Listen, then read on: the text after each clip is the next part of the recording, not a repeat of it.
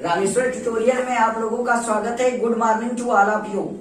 आपने इससे पहले वाली वीडियो में आपने यमक अलंकार और लाटा अनुप्रास में क्या अलंकार होता है इसको आपने अच्छे से समझा और पढ़ा।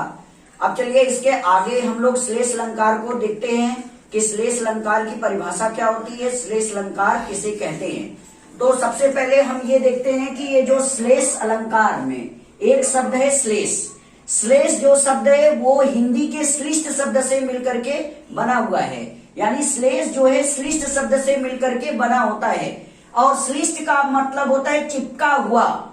तो अब एक चीज आप यहाँ पे ध्यान दीजिए, श्लिष्ट का मतलब चिपका हुआ होता है, टू क्लिंग, चिपके होने से क्या मतलब होता है। अब एक चीज ये देखिए कि श्लेष अलंकार का अगर आपको उदाहरण समझना है तो आप एक ऑरेंज यानी संतरे के उदाहरण को ध्यान से देखिए। जैसे संतरा क्या होता है, एक होता है, लेकिन जब आप उसको छिलते हैं तो देखते हैं उसमें से छोटे छोटे कई पार्ट, कई हिस्से निकलते हैं। संतरा तो एक ही होता है लेकिन उसमें कई छोटे छोटे पार्ट होते हैं, वो आपस में चिपके हुए होते हैं और एक ही संतरा बनाता है। ठीक उसी प्रकार श्लेष अलंकार भी आपका होता है, यानी शब्द तो एक ही रहता है लेकिन उसमें कई अर्थ चिपके हुए होते हैं। ऐसे अलंकार को हम श्लेष अलंकार कहते हैं। आइए इसकी परिभाषा देख लेते हैं। देखिए, जब वाक्य में आरंभ से लेकर अंत तक एक शब्द केवल एक बार आए परंतु उसके एक से अधिक अर्थात कई अर्थ हो तो वहां पर श्लेष अलंकार होता है। अब देखिए, कहने का मतलब एक है और इसको बहुत स्पष्ट शब्द में सुनिएगा कि जब वाक्य में आरंभ से लेकर अंत तक केवल एक शब्द, ध्यान से देखिएगा, एक शब्द केवल एक बार आए और उसके कई अर्थ अर्थात एक से अधिक अर्थ हो तो वहां पर श्लेष अलंकार होता है। अब एक चीज ध्यान दीजिए कि श्लेष अलंकार और यमक अलंकार, चूंकि आपने यमक अलंकार की परिभाषा पढ़ ली है तो श्लेष अलंकार और यमक अलंकार में क्या अंतर होता है।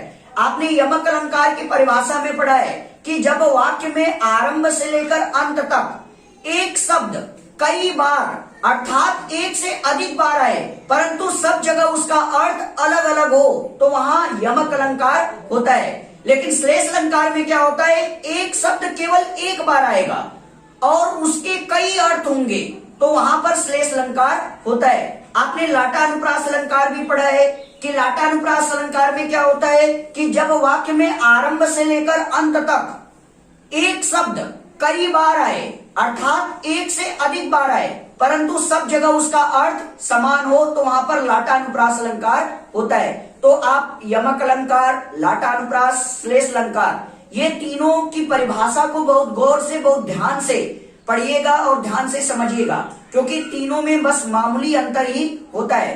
अब देखिए क्या होता है कि श्लेष अलंकार की जो दूसरी परिभाषा होती है, ये परिभाषा मैंने स्वयं से बनाई है। अब एक चीज देखिए, जब वाक्य में अनेकार्थी शब्द उपस्थित हो तो वहां पर श्लेष अलंकार होता है। यानी कहने का मतलब है कि जब वाक्य में आरंभ से लेकर अंत तक आप देखेंगे एक शब्द ऐसा जरूर वाक्य में उपस्थित होगा जो अनेकार्थी शब्द होगा।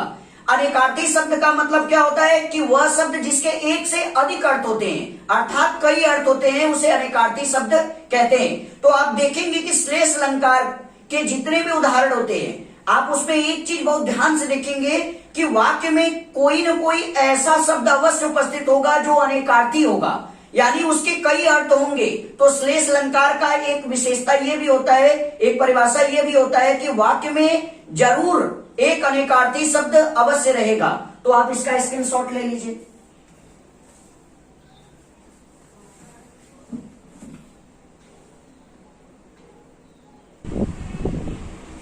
चलिए, आपने अभी पढ़ा श्लेष अलंकार क्या होता है, श्लेष अलंकार की परिभाषा क्या होती है। चलिए अब इसके कुछ उदाहरण देख लेते हैं जो अलग अलग परीक्षाओं में पूछे हुए हैं। एग्जाम के पॉइंट ऑफ व्यू से ये सारी एग्जाम्पल अति आवश्यक हैं। चलिए देख लेते हैं। देखिए, पहला एग्जाम्पल है आपका, रावण सीर सरोज बनचारी चले रघुवीर सीली मुख धारी।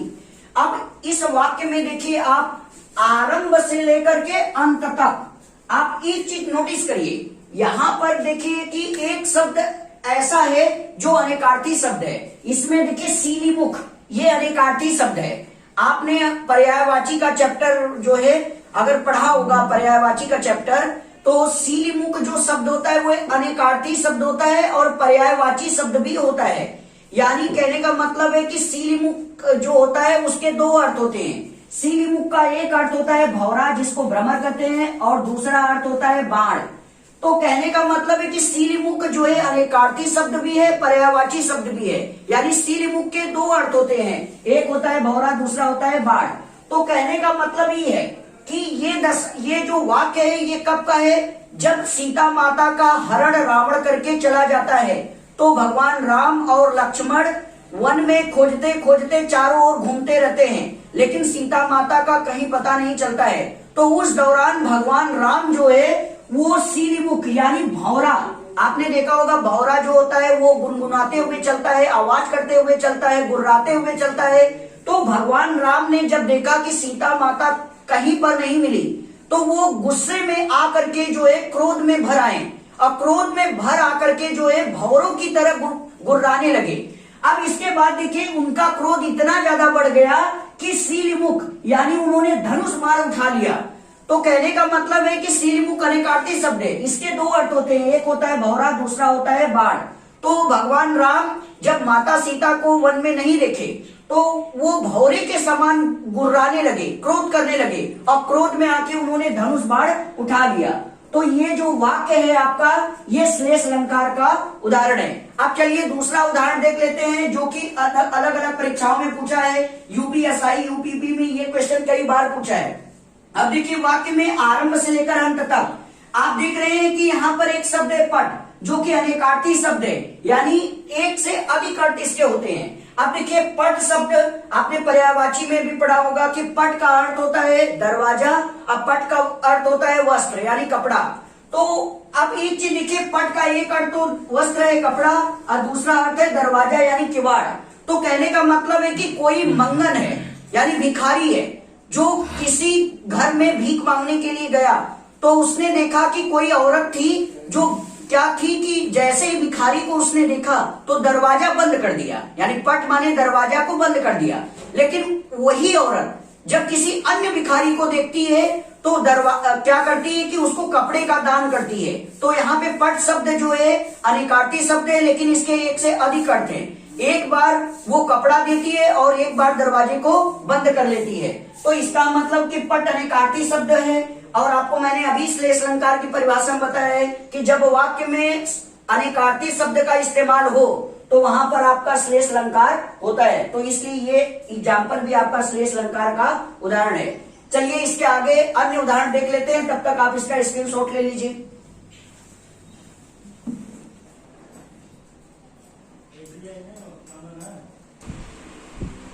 चलिए श्लेष अलंकार के कुछ अन्य एग्जाम्पल देख लेते हैं, जो कि परीक्षाओं में कई बार पूछे गए हैं। अब देखिए ये वाला एग्जाम्पल जो है कई बार परीक्षाओं में पूछा गया है। आपका यूपीपी, यूपीएसआई, यूपीटीईटी, सीटीईटी, ऐसे कई जो एग्जाम में पूछा गया है। अब देखिए बलिहारी नृपकूप की गुड़ बिनु बूंद न देही। अब देखिए इस वाक्य में आप देखेंगे आरंभ से लेकर अंत तक आप देख रहे हैं यहाँ पर जो गुड़ शब्द है ये अनेकार्थी शब्द है। अब एक चीज ये भी देखिए, श्लेष अलंकार की मैंने आपको परिभाषा बताई कि जब वाक्य में आरंभ से लेकर अंत तक एक शब्द केवल एक बार है परंतु उसके कई अर्थ हों तो वहां पर श्लेष अलंकार होता है। तो आप एक चीज गौर से देखिए कि यहां से लेकर यहां तक वाक्य में आरंभ से लेकर अंत तक आप देख रहे हैं कि गुड़ शब्द केवल एक बार आया है और कहीं पर भी नहीं आया है। यानी एक शब्द केवल एक बार आया है परंतु उसके एक से अधिक अर्थ हो, अर्थात कई अर्थ हो, तो वहां पर श्लेष अलंकार होता है। तो ये गुड़ शब्द जो है ये अनेकार्थी शब्द है। अब देखिए एक जगह गुड़ का अर्थ होता है रस्सी और दूसरे जगह गुड़ का अर्थ होता है सदगुड़। अब इस वाक्य में देखिए कुछ ऐसे शब्द है जिसका अर्थ जानना आपको जरूरी है। नृप का मतलब होता है राजा, कूप का अर्थ होता है कुआं, और बलिहारी का मतलब होता है कृपा करना। अब देखिए यहाँ पर कहने का मतलब क्या है इस वाक्य में कि जैसे आप क्या होता है कि कुआं होता है, कूप होता है, अगर कुएं से आपको पानी निकालना है तो आपको किसकी जरूरत होगी? रस्सी की जरूरत होगी। जबकि देखिए जो राजा होता है, ध्यान से देखिएगा, अगर कुएं से आपको जो है कुएं से अगर आपको पानी की आवश्यकता है तो आपको किसकी जरूरत पड़ेगी? रस्सी की जरूरत पड़ेगी। लेकिन एक राजा, नृप का मतलब होता है राजा, अगर एक राजा है, अगर उस राजा के पास में सद्गुण नहीं है तो वो राजा नहीं कहा जाएगा। तो कहने का मतलब ये है कि राजा के लिए क्या जरूरी है? सद्गुण जरूरी है। जबकि पानी निकालने के लिए क्या जरूरी है? रस्सी जरूरी है। तो यहाँ पर इस वाक्य में गुण जो है अनेकार्थी शब्द है और उसके एक से अधिक अर्थ होते हैं। तो जब वाक्य में अनेकार्थी शब्द का उपयोग हो तो वहां पर आपका श्लेष अलंकार होता है। या आप ये जान लीजिए कि जब वाक्य में एक शब्द केवल एक बार आए लेकिन उसके कई अर्थ हो तो वहां पर आपका श्लेष अलंकार होता है। तो ये वाक्य में श्लेष अलंकार है। अब देखिए अगला जो एग्जाम्पल है, ये भी कई बार परीक्षाओं में पूछा है, आप इसको बहुत पहले से पढ़ते चले आ रहे हैं। वाक्य को ध्यान से देखिए, चरण धरत चिंता करत चितवत चारहु ओर, सुबरन को खोजत फिरत कभी व्यभिचारी चोर। अब एक चीज यहाँ पे ध्यान दीजिए, आप दरअसल ये देखिए जो पंक्ति है वो दो पंक्ति है। एक पंक्ति यहाँ से लेकर के यहाँ तक और दूसरी पंक्ति यहाँ से लेकर के यहाँ तक है। लेकिन देखिए जो ऊपर वाली पंक्ति है ये केवल और केवल आपको भ्रम करने के लिए है, भ्रमित करने के लिए है, आपको कंफ्यूज करने के लिए। जो ऊपर वाली पंक्ति है उसमें आपका श्लेष अलंकार नहीं है, आपका श्लेष अलंकार जो नीचे वाली पंक्ति है उसमें श्लेष अलंकार है। तो आप एक चीज गौर से देखिएगा, जो ऊपर वाली पंक्ति है यानी ये वाली पंक्ति, इस पंक्ति में आपका जो है श्लेष अलंकार नहीं है, श्लेष अलंकार आपका नीचे वाली पंक्ति में है। तो आप अगर किसी को देखेंगे तो नीचे वाली पंक्ति को देखिए, क्योंकि नीचे वाले पंक्ति में ही आपका क्या है? श्लेष अलंकार है। अब एक चीज देखिए, नीचे वाली पंक्ति कहां से स्टार्ट होती है? सुबरन से लेकर के चोर तक स्टार्ट होती है। अब एक चीज ध्यान से देखिए, यहाँ पे देख रहे हैं सुबरन को खोजत फिरत कभी व्यभिचारी चोर। अब एक चीज देखिए, इस वाक्य में आरंभ से लेकर अंत तक आप एक शब्द देख रहे हैं सुबरन, ये अनेकार्थी शब्द है और इसके एक से अधिक अर्थ होते हैं। अब एक चीज देखिए, जब वाक्य में एक शब्द केवल एक बार आए और उसके कई अर्थ हो तो वहां पर श्लेष अलंकार होता है। आप गौर से देखिए कि वाक्य में आरंभ से लेकर अंत तक सुबरन शब्द केवल एक बार आया है और कहीं पर भी नहीं आया है और उसके कई अर्थ हैं। अब देखिए सुबरन के कितने अर्थ होते हैं? 3 अर्थ होते हैं। एक अर्थ होता है सुंदर रचना, जिसको सुंदर अक्षर कहते हैं। सु मतलब सुंदर होता है, वर्ण को वर्ण में चेंज कर दीजिए। अब वर्ण का मतलब होता है रंग, रचना, अक्षर, इसके कई अर्थ होते हैं। अब एक चीज देखिए, सुबरन का एक अर्थ होता है सुंदर रचना, जिसको सुंदर अक्षर भी कहते हैं। दूसरा अर्थ होता है सुंदर औरत और तीसरा अर्थ होता है आपका खजाना। अब एक चीज देखिए, यहाँ पे ध्यान से देखिए कि सुबरन के एक से अधिक अर्थ हैं, यानी 3 अर्थ हैं। अब यहाँ पे देखिए 3 व्यक्ति आए हैं। एक व्यक्ति है पोएट यानी कवि, दूसरा है व्यभिचारी। व्यभिचारी का अर्थ होता है पाखंडी, कामुक, जो काम वासना प्यार में पड़ा होता है उसको हम व्यभिचारी कहते हैं। चोर, चोर को आपको पता है कि चोरी करने वाला चोर होता है। अब यहाँ पे एक चीज देखिए कि सुबरन की तलाश 3 व्यक्तियों को है, एक कवि को है, एक व्यभिचारी को है, एक चोर को है। अब एक चीज देखिए, कवि किसकी तलाश में पड़ा हुआ है? सुंदर रचना की तलाश में पड़ा हुआ है।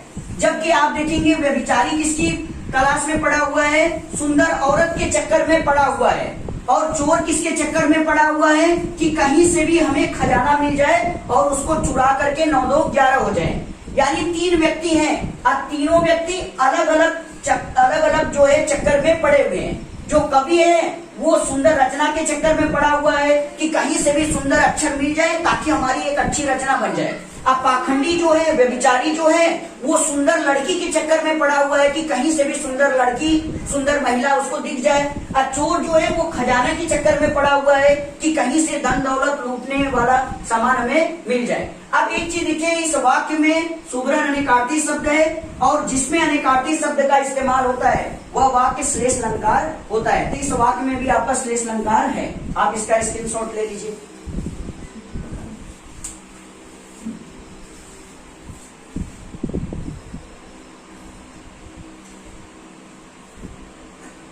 चलिए इसके आगे एक लास्ट एग्जाम्पल देख लेते हैं जो बहुत ही ज्यादा महत्वपूर्ण है और परीक्षाओं की दृष्टि से कई बार पूछा गया है। देखिए ये वाला एग्जाम्पल आपने बहुत पहले से पढ़ते हुए चले आ रहे हैं। अब इसको ध्यान से देखिए, रहीमन पानी राखिए बिन पानी सब सून। पानी गए ना उबरे मोती मानुष चून। अब देखिए ये जो वाक्य है वो दो पंक्तियों में है। पहली पंक्ति आपका यहां से लेकर के यहां तक है और दूसरी पंक्ति यहां से लेकर के यहां तक है।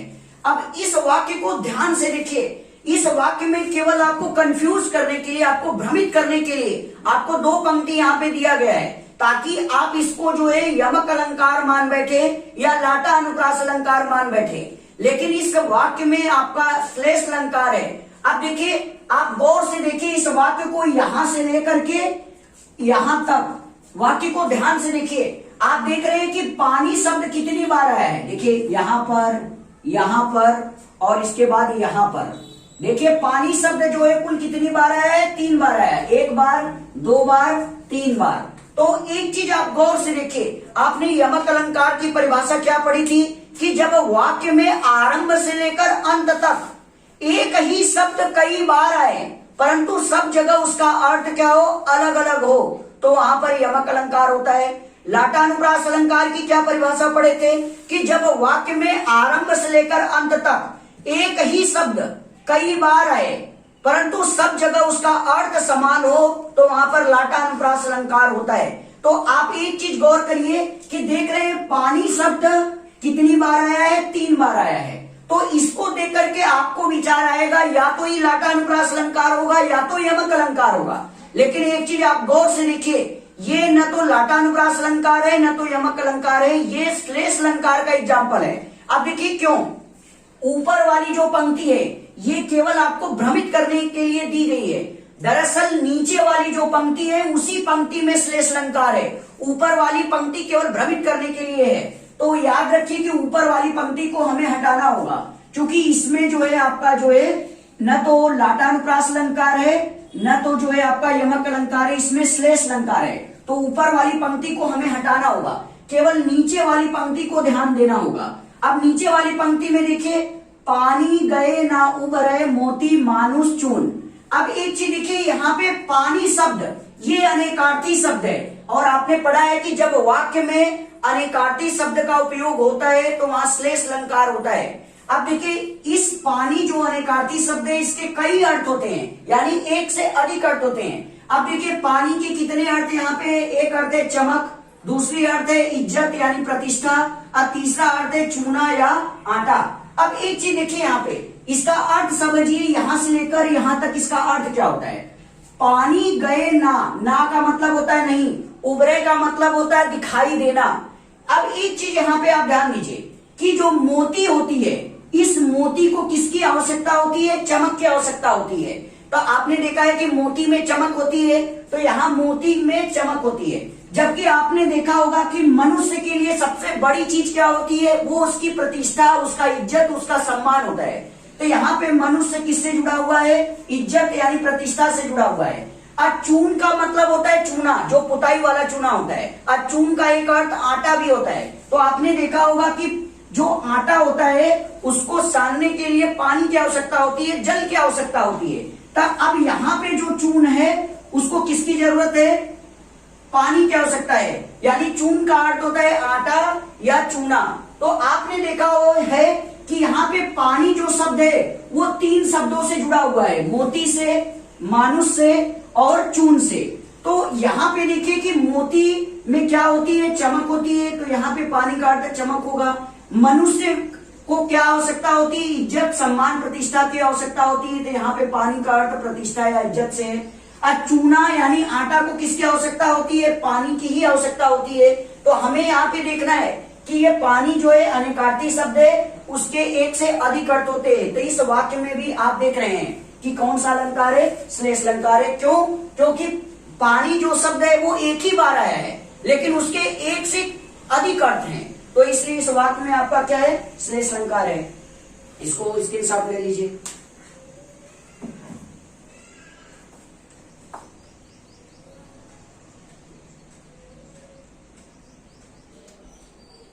चलिए इसके आगे का देख लेते हैं, पुनरुक्ति प्रकाश अलंकार, जो सबसे अंतिम में आता है। अब देखिए पुनरुक्ति प्रकाश अलंकार, जो पुनरुक्ति होता है इसमें देखिए आपको संधि विच्छेद करना होता है। तो आपको पता है यहाँ पे कि यहाँ पे ध्यान से देखिए आपको संधि विच्छेद करने के लिए सार्थक शब्द खोजना होता है। तो पीछे से देखिए ये उक्ति शब्द सार्थक शब्द है, तो उक्ति सार्थक शब्द है तो बचेगा यहाँ पे र। और आपको पता है र जो होता है विसर्ग संधि की पहचान कराता है, तो र को हटा करके विसर्ग का चिन्ह लगा देते हैं, तो ये हो जाता है आपका र को हटके यहाँ विसर्ग का चिन्ह लग जाएगा, तो हो जाएगा पुनः प्लस उक्ति हो जाएगा। अब देखिए पुनः का मतलब होता है दोबारा, एक बार फिर से। अब उक्ति का मतलब होता है कोई बात या कोई कथन। तो कहने का मतलब ये है कि जब हम कोई भी बात या कोई भी कथन या कोई भी शब्द को फिर से एक बार बोल दे तो वहां पर पुनरुक्ति प्रकाश अलंकार होता है।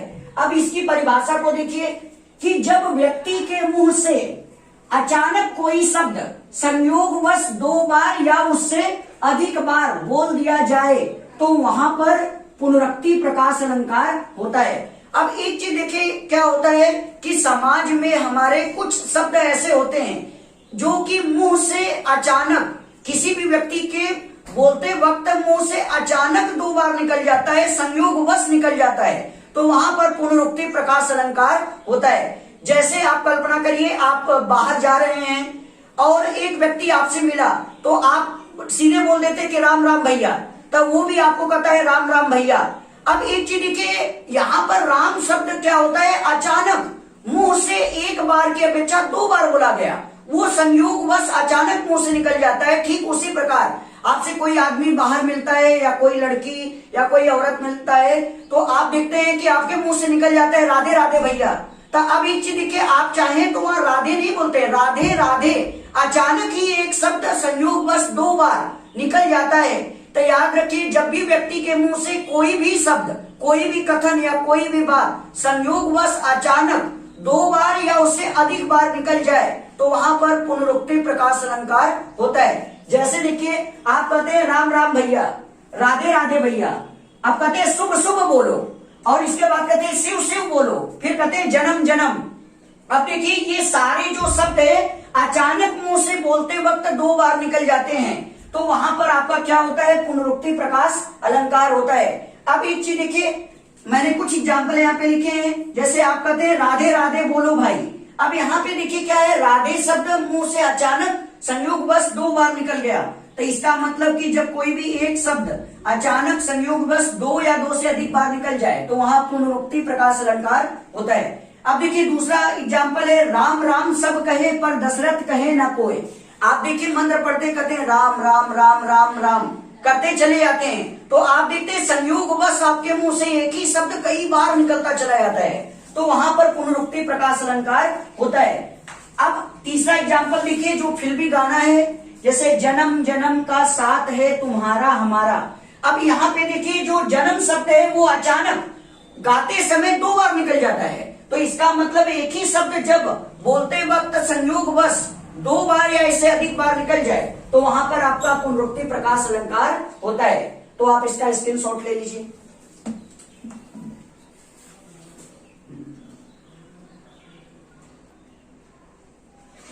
चलिए आपने अभी पुनरुक्ति प्रकाश अलंकार पढ़ा। एक बात हम आपको बता देना चाहते हैं कि पुनरुक्ति प्रकाश अलंकार और विप्सा अलंकार एक दूसरे का कॉम्प्लीमेंट पूरक होता है। कुछ हिंदी के विद्वान पुनरुक्ति प्रकाश अलंकार और विप्सा अलंकार दोनों को एक ही में मानते हैं, यानी दोनों को सेम मानते हैं, और वही कुछ हिंदी शास्त्रीय हिंदी के विद्वान हैं जो ये मानते हैं कि पुनरुक्ति प्रकाश अलंकार और विप्सा अलंकार दोनों में कुछ अंतर है, यानी दोनों में कुछ अलग अलग मैटर आते हैं। तो चलिए विप्सा अलंकार को भी हम पढ़ लेते हैं। अब देखिए विप्सा अलंकार की परिभाषा क्या होती है, जब वाक्य में आरंभ से लेकर अंत तक घृणा दुख इत्यादि उत्पन्न हो तो वहां पर भी कोई शब्द संयोगवश या अचानक दो बार या उससे अधिक बार मुंह से निकल जाता है तो वहां पर विप्सा अलंकार होता है। देखिए विप्सा का शाब्दिक अर्थ ही होता है जुगुप्सा, यानी घृणा यानी दुख, यानी विप्सा जो होता है वो हमेशा, आपने सुना होगा अंग्रेजी में एक शब्द होता है वीप, विप्सा में आप एक शब्द देखिए यहाँ पे वीप। अब वीप मतलब क्या होता है, रोना, विलाप करना, दुख प्रकट करना, तो वही अंग्रेजी का शब्द जो वीप होता है WEEP वही जो वीप शब्द होता है, वीप का मतलब आंसू पोंछना भी होता है, दुख भी होता है, रोना विलाप करना भी होता है। तो आप उसी से नोटिस कर सकते हैं कि विप्सा अलंकार जो होता है इसमें दुख उत्पन्न होता है, घृणा उत्पन्न होती है, पश्चाताप उत्पन्न होता है। तो जिस वही वाक्य में दुख, घृणा या पश्चाताप उत्पन्न हो तो उस पश्चाताप, उस दुख और उस घृणा को प्रकट करने के लिए अचानक संयोगवश कोई शब्द हमारे मुंह से 2 बार या 2 से अधिक बार निकल जाता है तो वहां पर विप्सा अलंकार होता है। जैसे देखिए, अगर मान लीजिए आप घर से बाहर पढ़ने के लिए कोचिंग गए, आप निकले, तो अचानक रोड पे आप देखते हैं कोई मरा हुआ जानवर आपके सामने आ जाता है, तो आपके मुंह से संयोगवश देखते हैं एक शब्द निकल जाता है, छी छी, जानवर मरा पड़ा है। अब देखिए क्या होता है, ऐसे ही कोई आदमी क्या होता है, बर्बाद हो जाता है, उसका सब कुछ लुट जाता है, खत्म हो जाता है, तो उसके मुंह से निकल जाता है हाय हाय मैं तो बर्बाद हो गया। अब देखिए ये जो शब्द है वो प्री प्लानिंग नहीं होते, अचानक से ही मुंह से निकल जाते हैं। तो ऐसे जगह पर क्या होता है, आपका विप्सा अलंकार होता है। जैसे देखिए 2 एग्जाम्पल मैंने यहाँ पे लिखे, छी छी, बाहर कुत्ता मरा है, तो आप देख रहे हैं आपके मुंह से अचानक ही ये जो शब्द है छी छी, ये 2 बार निकल जा रहा है, इसलिए यहाँ पे विप्सा अलंकार है। अब देखिए दूसरा एग्जाम्पल है, हाय हाय मैं तो लुट गया। इसका मतलब है कि यहाँ पे व्यक्ति को दुख प्राप्त हुआ है, कष्ट प्राप्त हुआ है, इसलिए उसके मुंह से हाय शब्द जो है वो 2 बार निकल गया। तो ऐसी जगह पर जहां पर वाक्य में दुख, घृणा, पश्चाताप उत्पन्न हो तो वहां पर विप्सा अलंकार होता है। हाँ, विप्सा अलंकार पुनरुक्ति प्रकाश अलंकार का ही एक रूप होता है। विप्सा अलंकार पुनरुक्ति प्रकाश अलंकार का ही एक पार्ट होता है, लेकिन परिभाषा के आधार पे अगर आप देखेंगे तो दोनों के कुछ अलग अलग अर्थ होते हैं। यहाँ पर भी आप देखते हैं एक शब्द संयोगवश अचानक 2 बार निकल जाता है या उससे अधिक बार निकल जाता है। अब पुनरुक्ति प्रकाश अलंकार में भी आप देखते हैं कि एक शब्द संयोगवश 2 बार या उससे अधिक बार निकल जाता है, लेकिन परिभाषा के मद्देनजर दोनों में कुछ अर्थ होता है, इसलिए मैंने आपको यहाँ पर विप्सा अलंकार भी बता दिया। आप क्या करिए कि इसका स्क्रीनशॉट ले लीजिए। आज के लिए बस इतना ही, अब कल मिलेंगे, तब तक के लिए जय हिंद। हाँ, आपको एक चीज यहाँ पर बता देना चाहेंगे कि आज शब्द अलंकार के जितने भी पार्ट थे, अनुप्रास अलंकार, यमक अलंकार, श्लेष अलंकार, पुनरुक्ति प्रकाश अलंकार, विप्सा अलंकार, ये सब के सब आपने क्या है पढ़ लिया है। वक्रोक्ति अलंकार पढ़ा, अब इसके आगे अर्थालंकार आपको पढ़ना है। अब एक चीज आपको बता दे कि मैं क्या करूंगा कि शब्द अलंकार के आपने सारे पार्ट पढ़ लिए हैं, तो एक टेस्ट सीरीज, एक प्रश्न सेट जो होगा मैं आपको अगली वीडियो में करवाऊंगा। इसके बाद अर्थालंकार में चलेंगे, तब तक के लिए जय हिंद।